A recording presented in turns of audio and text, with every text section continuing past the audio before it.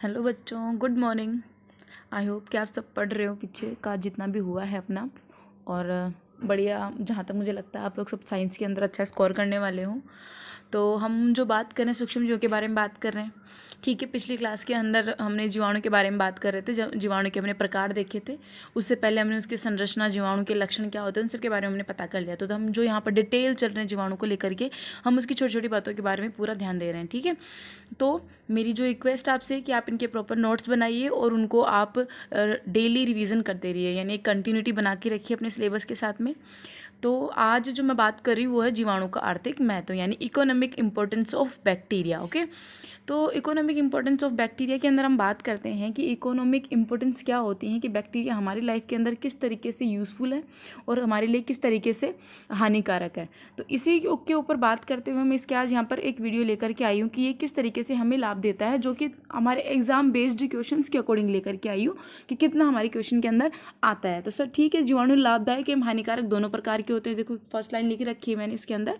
तो सबसे पहले हम जो देखेंगे वो देखेंगे लाभदायक जीवाणु यानी यूजफुल बैक्टीरिया कौन कौन होते हैं, ठीक है। तो फर्स्ट है भूमि की उर्वरता यानी फर्टिलिटी में वृद्धि, यानी जो भूमि की उर्वरता होती है यानी फर्टिलिटी होती है, उसमें वृद्धि करने में कौन सहायक होते हैं, जीवाणु सहायक होते हैं। कैसे होते हैं मतलब भूमि की उर्वरता यानी फर्टिलिटी को वो कैसे इंक्रीज करते हैं, कि जैसे राइजोबियम, एजिटोबैक्टर, ये सब जो जीवाणु होते हैं वो क्या करते हैं, जो भी यौगिक्स होते हैं या फिर जो भी वायुमंडल की जो नाइट्रोजन होती है उसको नाइट्रेट में बदलने का काम कर देते हैं। तो जो नाइट्रेट होती है वो क्या होती है, यूजफुल होती है, फर्टिलिटी को इंक्रीज करने में हेल्प करती है। किसकी, भूमि की जो फर्टिलिटी होती है उसको इंक्रीज करने के अंदर हेल्प करते हैं कौन, नाइट्रेट, ठीक है। जो कब बनती है, जब हम कोई भी नाइट्रोमोनास होता है, जैसे कि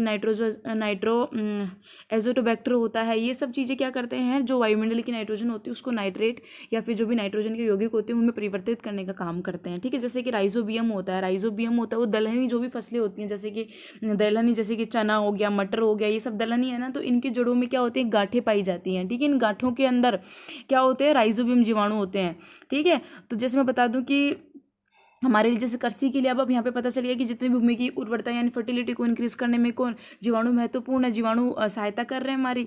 तो जैसे कृषि के लिए हम बोल सकते हैं कि जीवाणु अत्यंत क्या हो सकते हैं, उपयोगी होते हैं हमारे लिए, ठीक है। जबकि यहाँ पे कुछ होते हैं वो इसकी फर्टिलिटी को इंक्रीज कर रहे हैं और कुछ होते हैं वो इसकी अन्य जो भी आवश्यकताएं होती हैं उनकी पूर्ति करते हैं, ठीक है।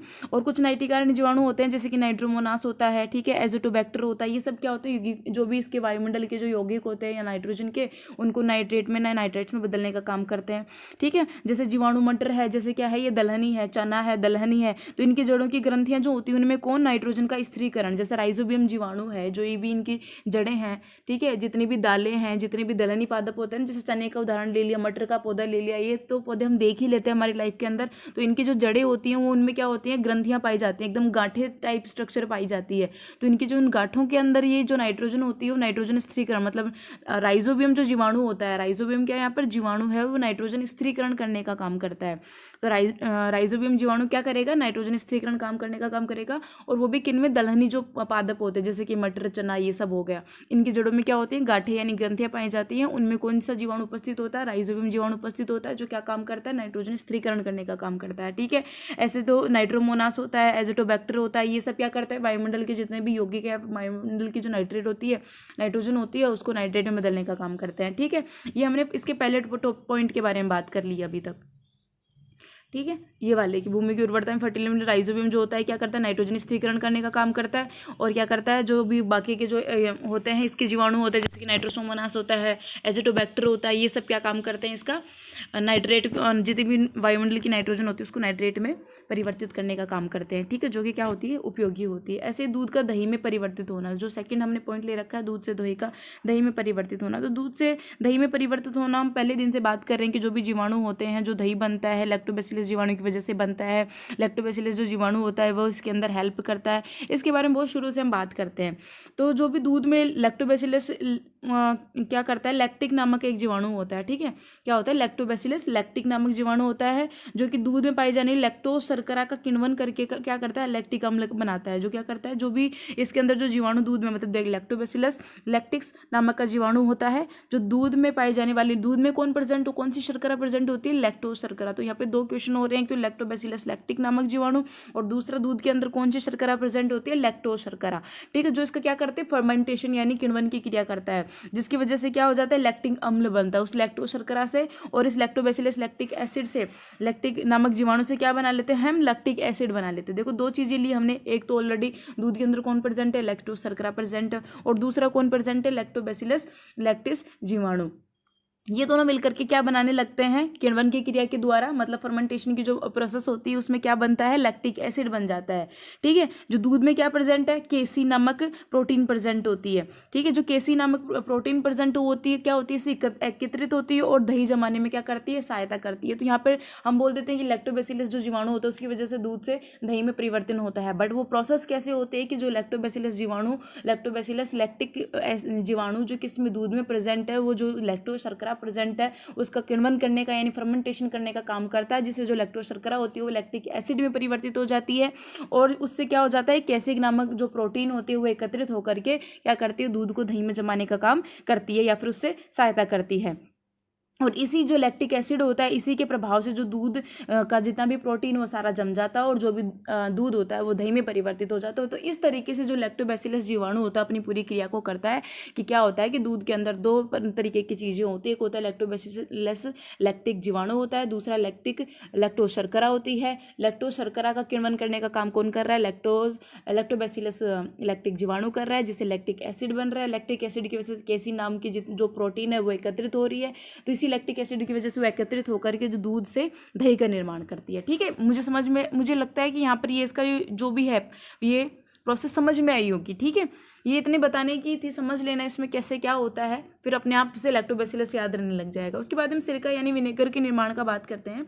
तो ये कैसे होता है, ये एसिटोबैक्टर एसिटी नामक जीवाणु से होता है, ठीक है। ऐसे तंबाकू की पत्ती में सुगंध का स्वाद बढ़ाने में बैसिलस क्या होता है, मेगाथेनियम माइकोसिस। तो तुम्हें जो याद रखना है यहाँ पर ये जीवाणु के नाम याद रखना है कि भूमि की फर्टिलिटी के अंदर राइजोबियम, एसिटोबैक्टर, ये सब चीज़ें क्या करती है, हेल्प करती हैं। ऐसे दूध का दही में परिवर्तन करने में लैक्टोबैसिलस एसिड लैक्टोबैसिलस जीवाणु, लैक्टिक एसिड, लैक्टोज शर्करा ये सब हेल्प कर रही है, कैसिन जम रही है, ठीक है। सिरका के निर्माण में एसिटोबैक्टर एसिटी नामक जीवाणु काम कर रहा है। तंबाकू की पत्ती में सुगंध व स्वाद बढ़ाने के लिए क्या काम कर रहा है, बैसिलस मेगाथीनियम माइकोकोकस, ठीक है, ये हेल्प कर रहा है। क्या है, जीवाणु है सारे। ऐसे चाय की पत्तियों में क्यूरिंग में कौन कर रहा है, माइकोकोकस कैंडिसेंस। इसमें क्या होता है, तंबाकू की और चाय की पत्तियों के अंदर इसके सुगंध और स्वाद को बढ़ाने के लिए क्या करते हैं जीवाणु, किण्वन की जो क्रिया होती है उसके अंदर क्या करते हैं, दोनों के दोनों हमारी हेल्प करते हैं। ऐसे जो नेक्स्ट दे रखा है रेशो की रेटिंग में या फिर जल में पाए जाने वाले क्लोस्ट्रीडियम ब्यूटेरियम। देखो रेशो की रेटिंग, जैसे जूट कपास सुना है सबने, जूट बनता है, कपास बनता है,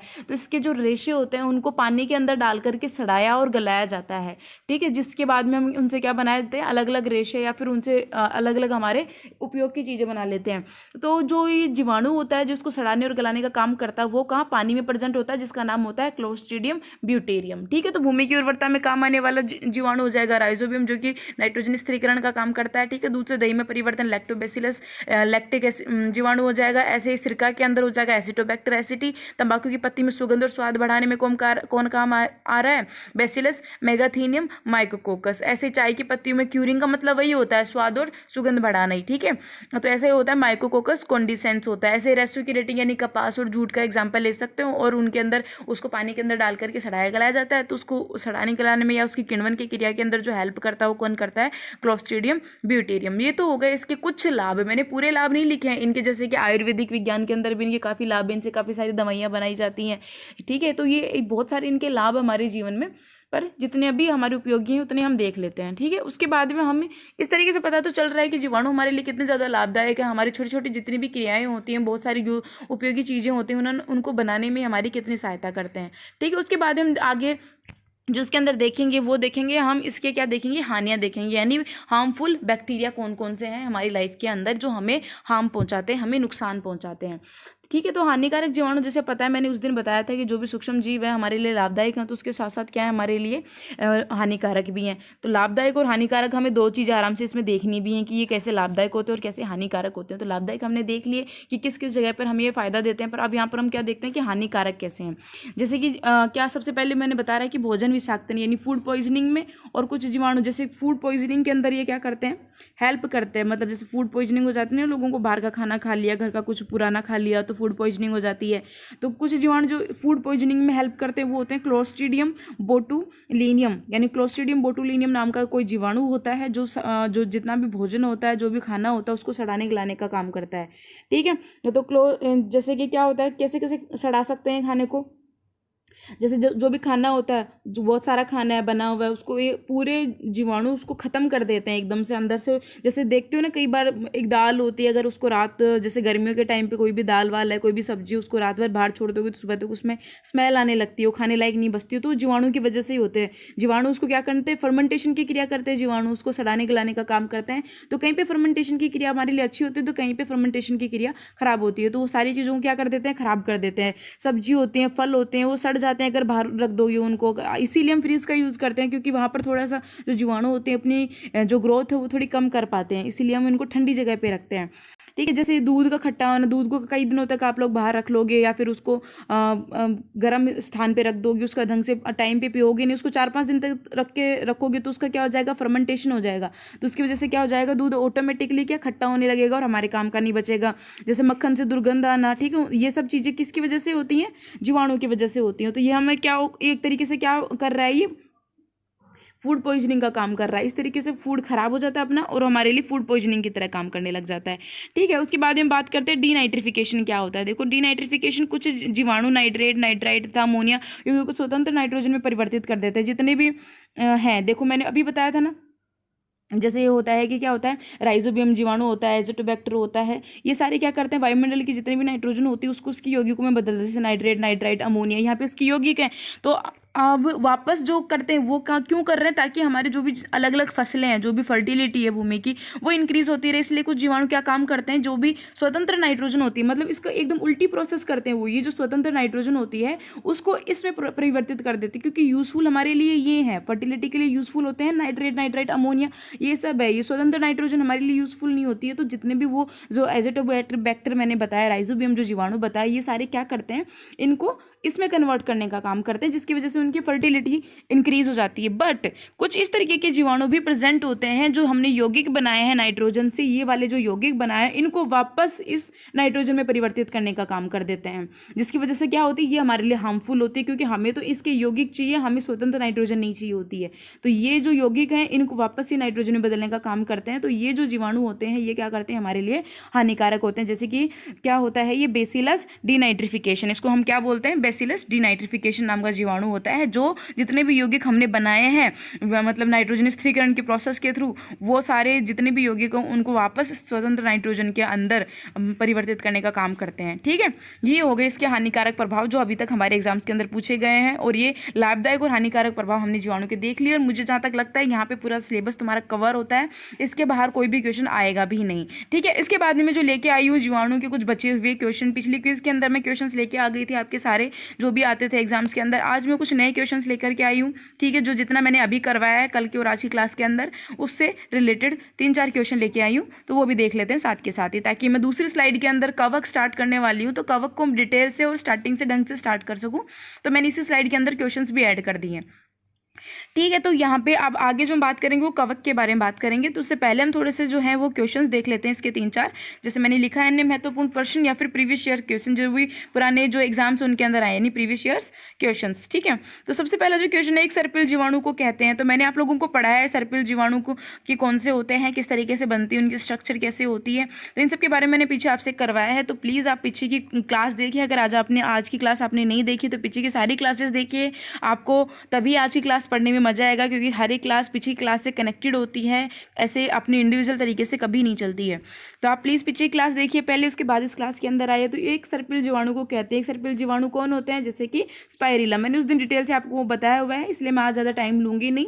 तो ये क्या होते हैं, स्पाइरिलम होते हैं।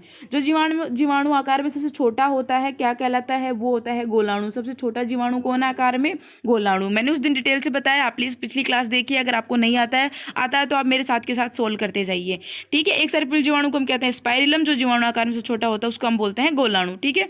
उसके बाद में हम बात करते हैं next question, 3rd number question है कि एक गोल जीवाणु क्या कहलाता है। तो एक गोल जीवाणु की मैंने अलग अलग आप लोगों को इसके एग्जाम्पल्स बताए थे, कौन कौन से कैसे होते हैं, इसके अलग अलग टाइप्स बताए थे, उनके स्ट्रक्चर्स बताई थी।